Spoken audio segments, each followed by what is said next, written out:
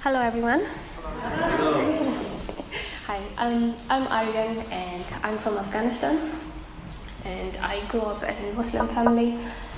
And as I get older, I wanted to learn more and more about religion. And I wouldn't be hypocrite. I knew that Muhammad married Aisha when she was just a child. But my excuse was like, it happened thousands of years ago, who cares? It doesn't affect our life today. And he says to pray and fast, and everybody in my family is following him, so he must be good. And I loved God and I wanted to be close to him, so I did everything I could as a good Muslim. So I would pray as many times as I could in a day, and I would fast in the Ramadan, and I would read Quran. And not just in Arabic, I've read Quran 6 times in English, and I wanted to understand and follow it. And that was the course of my action. Fast forward to 2015, and now I'm working in the IT department for an independent newspaper company, and I'm doing the coding, the website and coding, that's my job. But whenever I had free time, I would just read the news, and then I come across this news article that changed my life. And before I get into details of that, I apologize now that some of the details are upsetting. So the news was that this Turkish child bride and this man marries off his 9-year-old daughter to his friend who's 40-something. There is the nikah, which is like Islamic marriage contract. And as a meher, because in Islam there is a meher muajjal, which you take like instant meher, and then there is another meher if you divorce the wife, that's the other money you pay her. So he takes the instant meher from him, does the marriage, but the problem is that little girl, she dies. She starts bleeding on the wedding night. They took her to the hospital. The bleeding doesn't stop, and that's where she dies. And the hospital informs the media and the police, otherwise these news never get out. So I read this news and my blood is boiling. I'm so furious. I'm like, how dare this man put the life of that child in danger? And I'm thinking, but when I just don't like pointing fingers at other people, I also like to reflect on myself. How did he do it? What's the difference between me and this guy? According to the post-mortem report, they found a lot of stress hormone in that child. First, separation from the parents, and then being with this monster. She was crying and screaming, but he didn't stop. And I'm thinking, how did he do it? What's the difference between me and this guy? And turns out to be there is not much difference between me and the father of this girl. He follows Muhammad, and he married the child. I follow the same Muhammad. And I could see the blood of that innocent child in my hand, and I didn't want no part of it. I'm like, how many innocent lives have to be lost before we realize how wrong this is? That was the day I stopped. I stopped praying, I stopped fasting. I believed in God. But for me, Islam is the man and the book, so the man was down. But I still read Quran, because as a Muslim, you believe Quran is a book of God, and God is the author of the Quran. And I used to read it a lot when I'm in trouble, when I'm sad. It was a source for me. So I was like, what shall I do about this? But then I prayed to God that I would be looking for another religion. And the day, the new religion, or the new relationship, that the way, the true God, when you will give me a reason to doubt Quran, that will be a sign from you that that's the true religion, and I'll follow that religion. So I started this quest of finding the religion, and my first stop was Judaism. I downloaded Old Testament copy online, and I started reading. It took me like a year and a half to finish it cover to cover.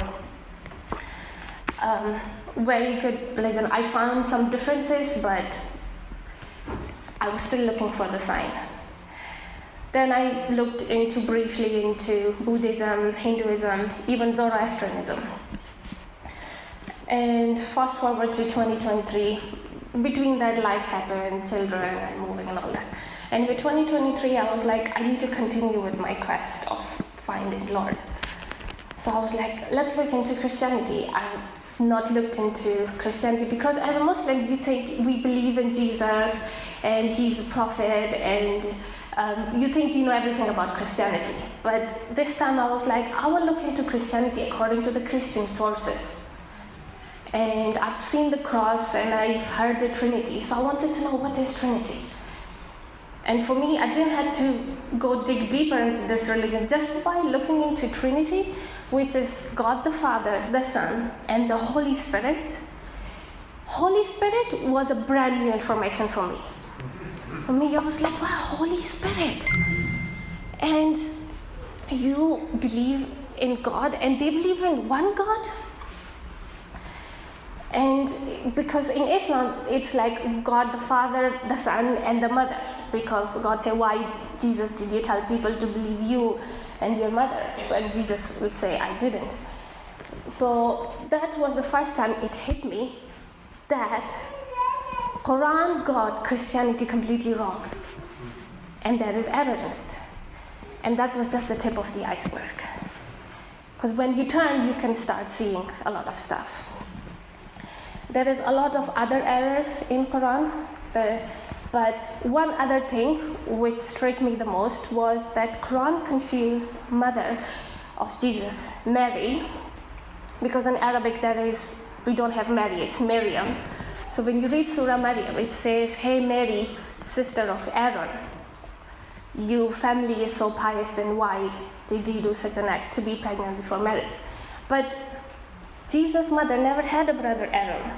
The Maryam, who had brother Aaron, also had a brother Moses, and she lived thousands of years before this Mary.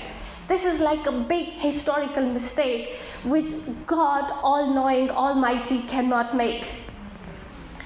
So that was evident to me that Quran is not from God.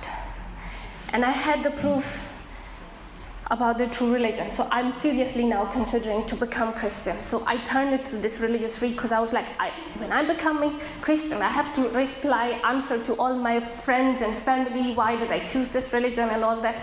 So I'm watching videos. I've got the Bible, I'm reading Bible. I'm also seeing like testimonies of ex-Muslims and the Christians, the discussion between Tawheed and Trinity, and I'm also listening to David Wood, AP, Christian Prince, and all these Islamic critics, and each of them are bringing questions. And then I landed on this hadith, which was a turning point for me. I'll send the details of it. It is Sahih Bukhari Hadith 6805. The story is 3 men travel to meet Muhammad, and they get sick. And Muhammad sends him they say like, go to this man, you will drink the camel's milk, and you will feel better.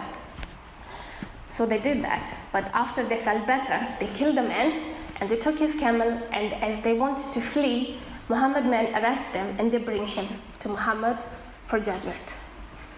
Now I'm reading this and thinking like, what is he gonna do to them?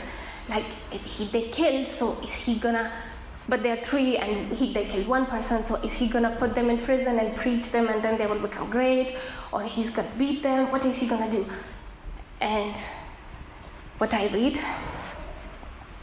he says, cut their 1 leg and 1 feet from opposite side. Put hot iron in their eyes, leave them in a hot spot until they die. I read this and I stood up from my chair. I couldn't sit anymore. I'm walking around saying, oh my God, oh my God, oh my God, oh my God. Like freaking out. And when you do that, you have like cross-body experience. You can talk to yourself.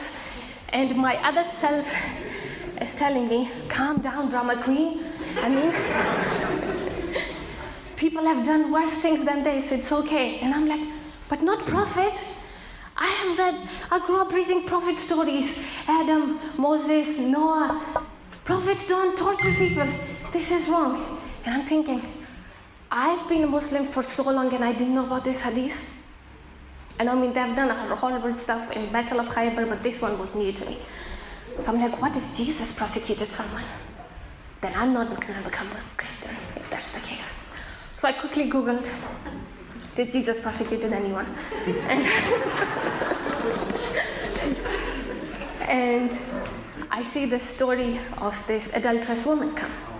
And I read this and I'm like, woman? So I open the story and I'm thinking the worst, like what's going to happen? And the story is that Pharisees always wanted to test Jesus. So they bring this adulterous woman to Jesus and they tell him, according to law of Moses, we should stone her to death. What does your law say? And Jesus say, whoever of you have not committed any sin in their life should cast the first stone. And he himself had never committed any sin in his life. If he wanted, he could have prosecuted her. But everybody else, they drop their stones because we are all sinners. Big or small, we have committed sins. So everybody leaves, and Jesus saved her life. And then he said to her, go and sin no more.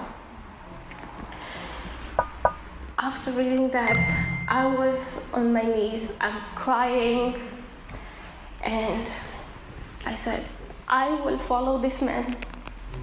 I will follow everything he says.